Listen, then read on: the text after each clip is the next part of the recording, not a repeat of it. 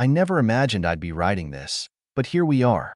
This is the story of how my own brother betrayed me in the worst way possible.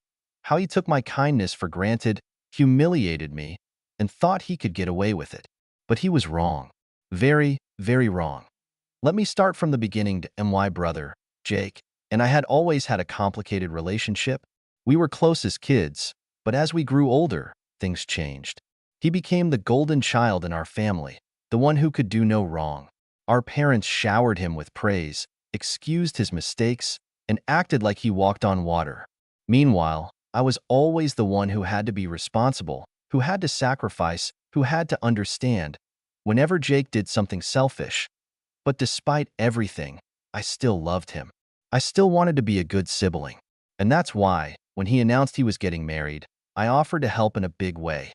Jake and his fiancée, Emily, had their dream wedding all planned out, but there was one problem. They couldn't afford it. The venue, the catering, the decorations, the dress, the flowers, it was all way out of their budget. I saw how stressed they were, and despite our rocky history, I wanted to do something nice, so I made them an offer. I told Jake I would cover the wedding expenses as my gift to them. Not a loan, not a split payment. I would pay for everything. It was a huge amount of money, but I figured, hey, it's my brother. It's a once-in-a-lifetime event. If I could make him happy, why not? Jake was over the moon. Emily cried tears of joy. My parents gushed about how generous I was. It felt good. It felt like, for once, I was truly appreciated. But then, everything changed. The wedding planning went on, and I started noticing something odd. Whenever I asked about my role in the wedding, I was given vague answers. At first, I thought maybe they were just busy. But as time went on, I started getting a bad feeling in my gut. Then, about a month before the wedding, I received a text from Emily. Not even a call, just a cold, emotionless text. Hey, just wanted to let you know that we've decided to keep the wedding small and intimate. We hope you understand. Thanks again for everything. I read the message 3 times, thinking I must have misunderstood. I wasn't invited to a wedding I was paying for. I immediately called Jake. He didn't answer, so I texted him, asking what was going on. Hours passed before he finally responded. Look, we just don't think you fit the vibe of the wedding. It's nothing personal. Hope you're not mad. Not mad. I was fuming. My own brother had the audacity to take my money, plan his dream wedding, and then tell me I wasn't good enough to be there. I needed answers that I called our parents, expecting them to be outraged. But when my mom picked up, her response made my stomach drop. Oh, honey, just let it go. It's their special day. You don't want to make things awkward, do you? I couldn't believe it. They knew. They knew, and they didn't care. That's when I realized I was on my own. And that's when I decided, if they wanted a wedding without me, well, they weren't going to have a wedding at all. I sat there, staring at my phone, my mind racing. I had spent months watching Jake and Emily plan this wedding, offering advice when asked, covering deposits, and making sure everything was perfect for them. I had gone above and beyond to ensure they had the most magical day possible. And now, after all that, I wasn't even invited. Not only that, but the way they dismissed me, like I was some distant acquaintance instead of family, made my blood boil. I could have understood if there were budget restrictions or a venue capacity issue, but I was literally the one funding everything. There was no excuse. I needed time to process what had just happened. I put my phone down and sat in silence for a long time. At first, I felt hurt, crushed, even. But as the minutes ticked by, that sadness hardened into something else. Something sharper. They thought they could use me. They thought they could get away with it. They were wrong. That moment, I knew I wasn't going to let this slide. But I wasn't about to throw a tantrum or beg them to reconsider. No, that's exactly what they expected me to do. Instead, I was going to be smart about this. I started by gathering all the information I had. Since I had paid for everything, I still had access to the contracts. The venue, the catering, the florist, the photographer. I had been the primary point of contact for most of these services. And since the payments had come from my account, that meant one very important thing. Everything was still in my name. A slow, calculated plan started forming in my mind. The wedding was still a few weeks away. That meant I had time. Time to make sure that when the big day arrived, things wouldn't go exactly as Jake and Emily had planned. But first, I needed to do some digging. I started scrolling through social media, looking at their posts about the wedding. Sure enough, their small and intimate guest list wasn't so small after all. Dozens of people were commenting about how excited they were to attend. Friends, extended family members, even coworkers, so I didn't fit the vibe, but all these people did. That was all the confirmation I needed. I took a deep breath, pulled up my emails, and started making a few phone calls. First on the list? The venue. I picked up the phone and dialed the venue's number. A polite woman answered, "Hello, this is Willowcrest Events. How can I assist you?" I kept my tone calm and professional. "Hi, I'm calling regarding the upcoming wedding for Jake and Emily on the 17th. I'm actually the one who made the booking, and I need to discuss some changes." "Of course," she said. "What changes would you like to make?" I paused for a moment, letting the anticipation build in my own mind. "Actually, I'd like to cancel the booking entirely." There was a short silence before she responded. "Oh, I see. Just to confirm, you are the one who made the payment and signed the contract, correct?" "That's right," I said. "The contract is under my name, and since I won't be attending the wedding, I've decided to withdraw my support. I understand there's a cancellation fee, but that's fine." She hesitated. "Well, since you're the contract holder, you do have the right to cancel. However, the deposit is non-refundable." "That's completely fine," I assured her. "Just go ahead and process the cancellation. Also, please make sure that any communication regarding this comes directly to me. I don't want anyone else making changes on my behalf." She agreed, and after a few minutes of confirmation, the venue was officially canceled. Point one down. I hung up the phone, already feeling a wave of satisfaction wash over me. But I wasn't done yet. Next up, the catering. Jake and Emily had planned an extravagant menu, multiple courses, an open bar, and a beautiful cake. They had raved about it for months. But once again, I was the one who had paid for it. I called the catering company and repeated the same process. "Hello, I'm calling regarding an upcoming event I booked for Jake and Emily. Unfortunately, there's been a change of plans, and I need to cancel the catering services." The woman on the other end asked if I was sure. "We're just a couple of weeks out, so there will be a cancellation fee. I understand." I cut in smoothly.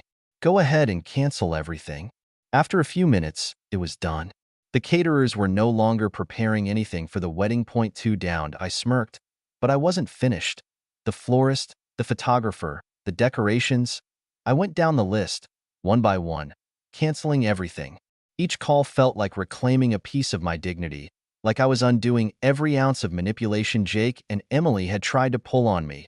By the time I was finished, the entire wedding had been reduced to nothing but an empty venue. One that they no longer even had access to now. All that was left was to sit back and wait. Jake and Emily had no idea what was coming. The days leading up to the wedding were eerily quiet. Jake and Emily hadn't reached out to me at all, which told me one thing. They were completely unaware that their entire wedding had just been erased. I had to admit, there was a small part of me that wondered when they would figure it out.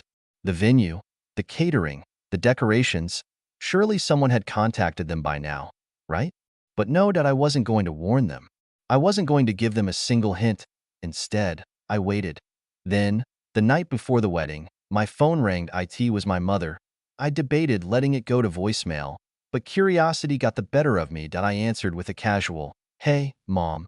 The first thing I heard was chaos, shouting, panicked voices. My mother's sharp, breathless tone. "What did you do?" I leaned back in my chair, a satisfied smirk creeping onto my face. "I don't know what you mean." "Don't play dumb," she snapped. "Jake just called me. He went to check on the venue, and everything is gone. No decorations, no tables, no setup, nothing. The staff told him the booking was canceled."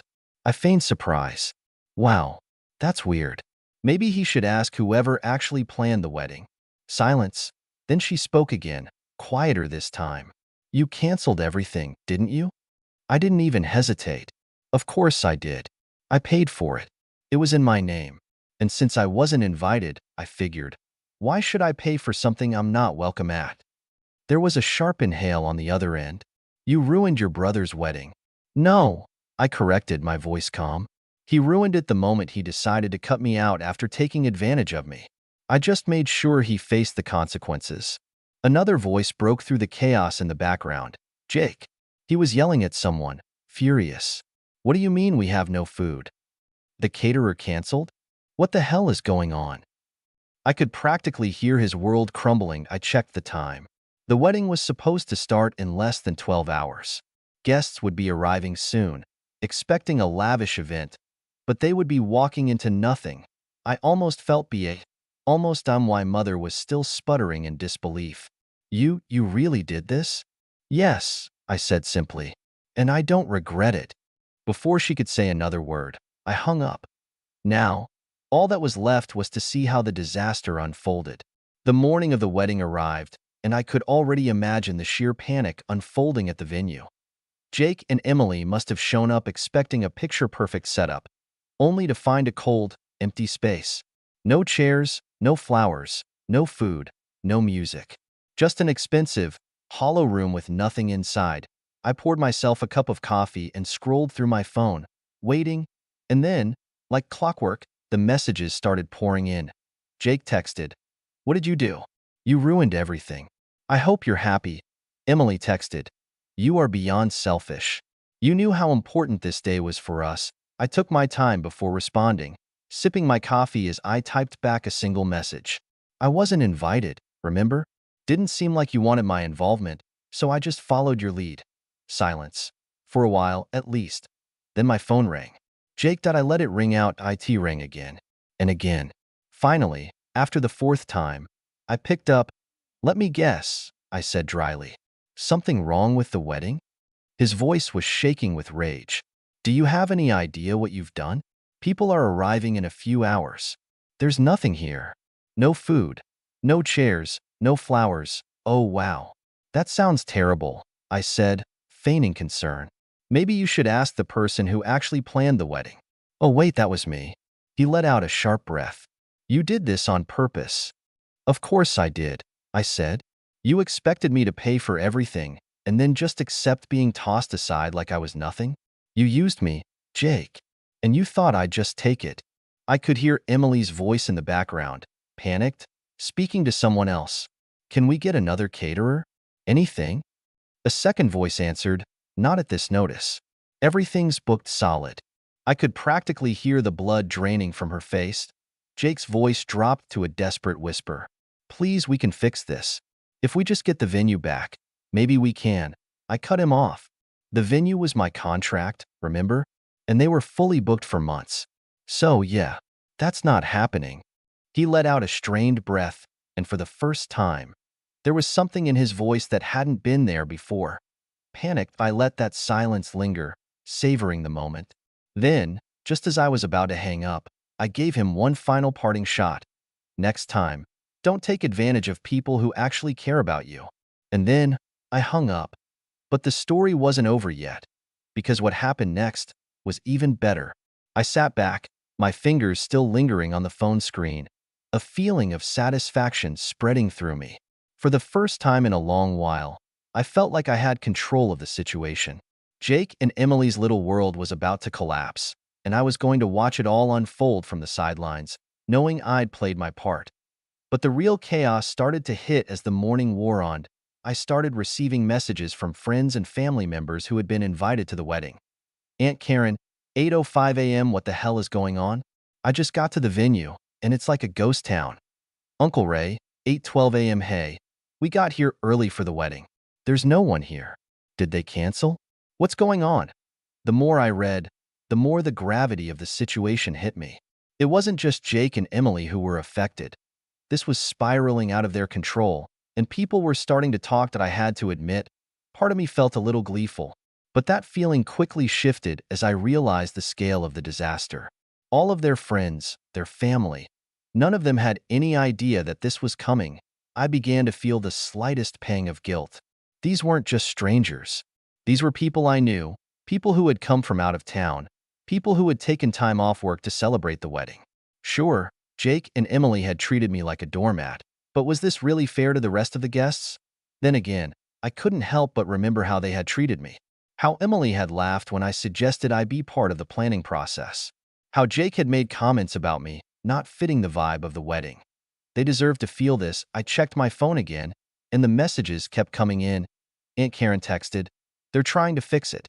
They said the caterers are on their way now, but the venue is still empty. What's going on?" Uncle Ray texted, "Everyone is starting to leave. No one knows what's going on," that I couldn't help it. I had to respond. I replied, "I heard the wedding was going great. Such a shame. But hey, I'm sure it'll work out. Maybe they'll find some food or a chair somewhere." It was petty, I knew. But it was so satisfying to watch the mess ripple through the family. Why now? I was starting to realize something. This wasn't just about getting back at Jake and Emily. This was about something bigger, something that had been building for years. The more I thought about it, the more I realized how much of my life I'd spent putting up with their selfishness.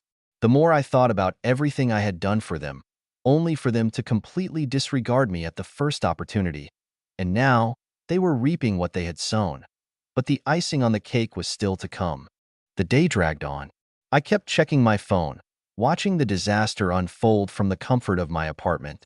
The messages kept coming in from family, and at first, they were all filled with confusion. But soon, the tone shifted. Aunt Karen texted, "I'm hearing rumors that the wedding is officially canceled. No catering, no setup, everything just gone?" Uncle Ray texted, "I think they've called off the whole thing. Everyone's heading home. This is crazy. Is this real?" I couldn't help but smile at how quickly things were unraveling. The idea of Jake and Emily having to explain this to everyone, how it was supposed to be the happiest day of their lives, and now it was a full-blown catastrophe, was so satisfying. But as the day went on, something unexpected started happening. Jake and Emily's calls became more frequent, more frantic. At first, I ignored them. But then, I saw the desperate text from Emily. Emily texted, "Please, just tell me you didn't cancel everything. I'll beg you. I'll do anything." Her tone was raw, pleading. She wasn't the smug, self-righteous Emily I knew anymore. Now, she was just someone desperate for help. But why should I give it to her? Why should I be the one to fix the mess that was entirely of their making? Still, I didn't answer immediately. I just let her stew in her panic. Then, about an hour later, Jake texted me. Jake texted, "We're getting married at City Hall today. We need you to help with the venue and food. I'm sorry for everything I said. Please, you're the only one who can fix this now." The irony wasn't lost on me. They literally fired me from the wedding weeks ago. And now, they were begging me to clean up their mess. I could feel the tension building in my chest. Was I really going to just let them scramble around, realizing the full weight of their mistake? Or was it time for me to finally take the upper hand? I couldn't resist that. I replied, "It's a bit too late for that, don't you think? Maybe you should have treated me like family instead of some second-rate guest you could toss aside." Silence. No response, and then, just as I was about to close my phone, the call came in. Jake's voice was quieter this time, almost defeated. "Look, we're sorry. We're really sorry. But the venue won't let us rebook it, and there's no one else to turn to for the catering. Please, please help us." I could hear the panic in his voice, but there was something else too. Something else was happening, something I hadn't anticipated. They were desperate, but so was I. As I listened to Jake's shaky voice, I felt a tug of something unfamiliar, a sense of power. Here he was, pleading with me for help, after everything they'd put me through. After all the dismissive comments, the exclusion, the way they treated me as though I were invisible. Part of me wanted to hang up, walk away, and leave them to face the consequences of their actions. They deserved it, didn't they? They had been selfish, manipulative, and ungrateful, and now they were finally feeling the sting of their own choices. But there was something else, something darker, that I couldn't ignore. I had always been the one to clean up the messes they made. Always the one who gave, without getting anything back. I had spent years being the quiet one, the one who didn't rock the boat, who kept my feelings to myself.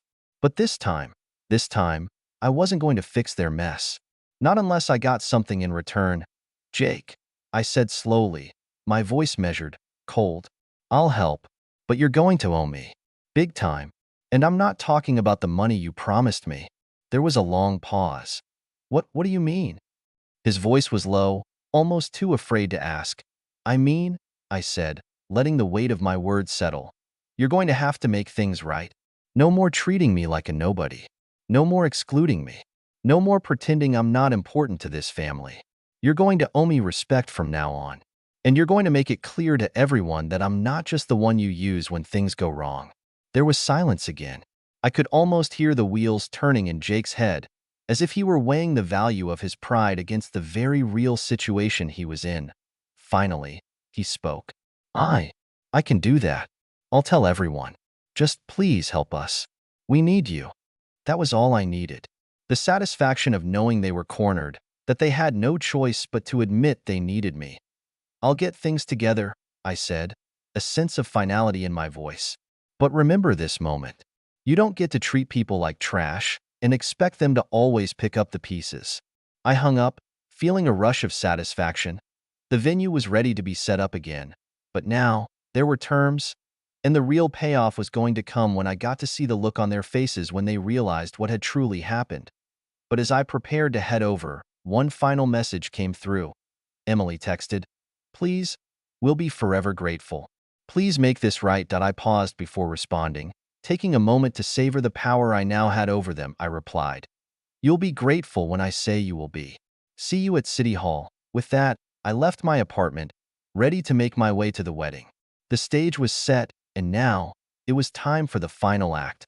But there was still one thing I hadn't expected: how this would all end. When I arrived at City Hall, the atmosphere was far from what you'd expect for a wedding. There was a sense of awkwardness hanging in the air, as if everyone knew something wasn't right but couldn't quite put their finger on it. The small crowd gathered in the lobby looked uncomfortable, standing in clusters, whispering among themselves. Jake and Emily were standing by the front desk, looking more like two people who had just been through a war than a couple about to get married. They saw me as soon as I entered, their faces lighting up in a mixture of relief and nervousness. "Thank you for coming," Emily said, her voice shaky. "We really appreciate it." She looked at me, almost pleading, like I was some sort of savior. Jake, ever the prideful one, didn't say much. He just nodded, his eyes avoiding mine, as if he couldn't quite bring himself to admit how badly they had messed up. I walked toward them slowly, taking in the tension that filled the room. There were no flowers, no grand decorations, just a sterile room with a few chairs and a judge standing at the front. It felt more like a courtroom than a wedding venue. I approached the small group of guests who had been invited. They all gave me tentative smiles, but no one was exactly thrilled to be there. Everyone had expected a wedding fit for a celebration, but instead, they were left in an uncomfortable limbo, unsure of what was going on or why everything had been canceled. As I took my seat, I couldn't help but feel a little glee in the pit of my stomach. This was it. Jake and Emily had built their whole day around their carefully crafted image of the perfect wedding, and now it was crumbling in front of them.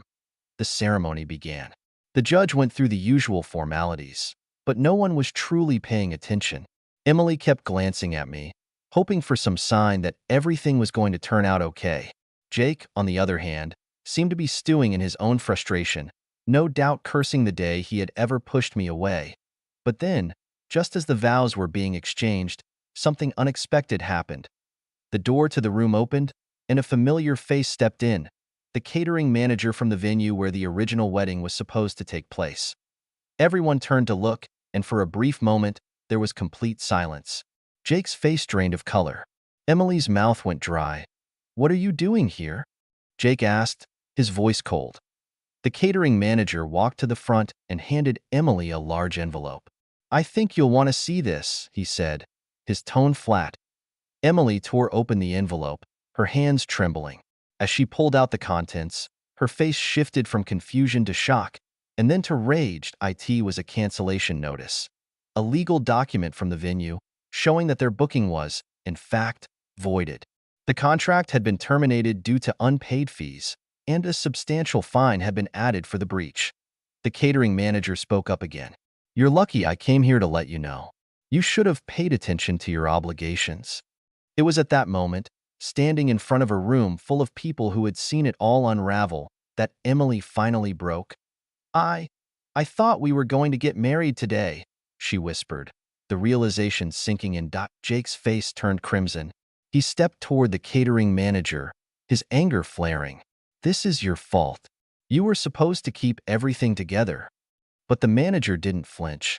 You should have been more responsible. But hey, I guess that's what happens when you treat people like disposable. I watched the scene unfold, feeling every ounce of satisfaction creep in. Jake and Emily had been so sure of themselves, so sure that they could manipulate everything around them without consequence. And now, here they were, with the walls closing in, their perfect day crumbling to dust. But the most satisfying part? They had no one to blame but themselves. As the catering manager walked out, I caught Emily's eyes. There was a moment of quiet between us. She looked defeated, her smile gone, her confidence shattered. For a second, I almost felt sorry for her. But then I remembered everything that had led up to this moment, and oh, they didn't deserve my sympathy. They didn't deserve anything. The judge, sensing the tension, awkwardly cleared his throat and finished the ceremony as quickly as he could. No one clapped when they were declared married. In fact, the guests filed out as soon as the words were spoken, leaving Jake and Emily to face the consequences of their actions.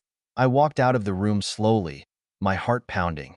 The day had been a roller coaster of emotions, but in the end, I knew I had made the right choice. I had finally taken control of my own life and had made them pay for their disrespect, so I stepped outside. I couldn't help but smile to myself. It had been the perfect revenge. And as for Jake and Emily, they would never forget the lesson they learned that day.